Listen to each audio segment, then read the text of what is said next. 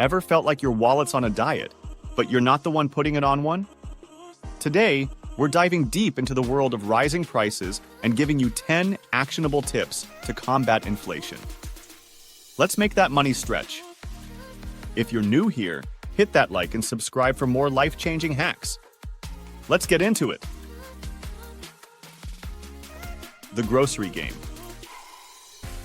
Did you know that supermarkets often display sale items at the end of aisles, but even cheaper options are tucked away on the shelves?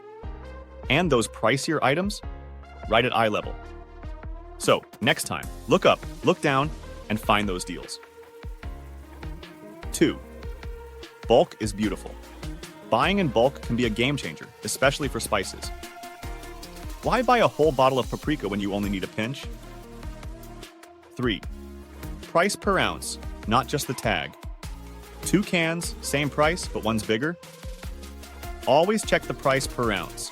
It's the real indicator of what you're getting for your money. 4. Plan before you purchase. Making a meal plan before shopping can save you from those impulse buys. And trust me, those add up. 5. Credit card rewards. Some credit cards offer cash back on groceries. If you're spending more because of inflation, why not get some of that cash back? 6. High-yield savings. With inflation, your money might be losing value just sitting in a regular savings account. Consider high-yield savings accounts to earn more interest. 7. Bonds. Bonds.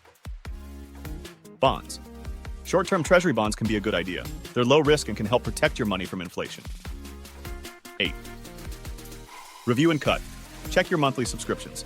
That gym membership you haven't used in months? It might be time to let it go. 9. DIY. Before hiring someone for a task, see if you can do it yourself. There are tons of tutorials online for everything from home repairs to gourmet cooking. 10. Eat in, save big. Restaurants have raised their prices too.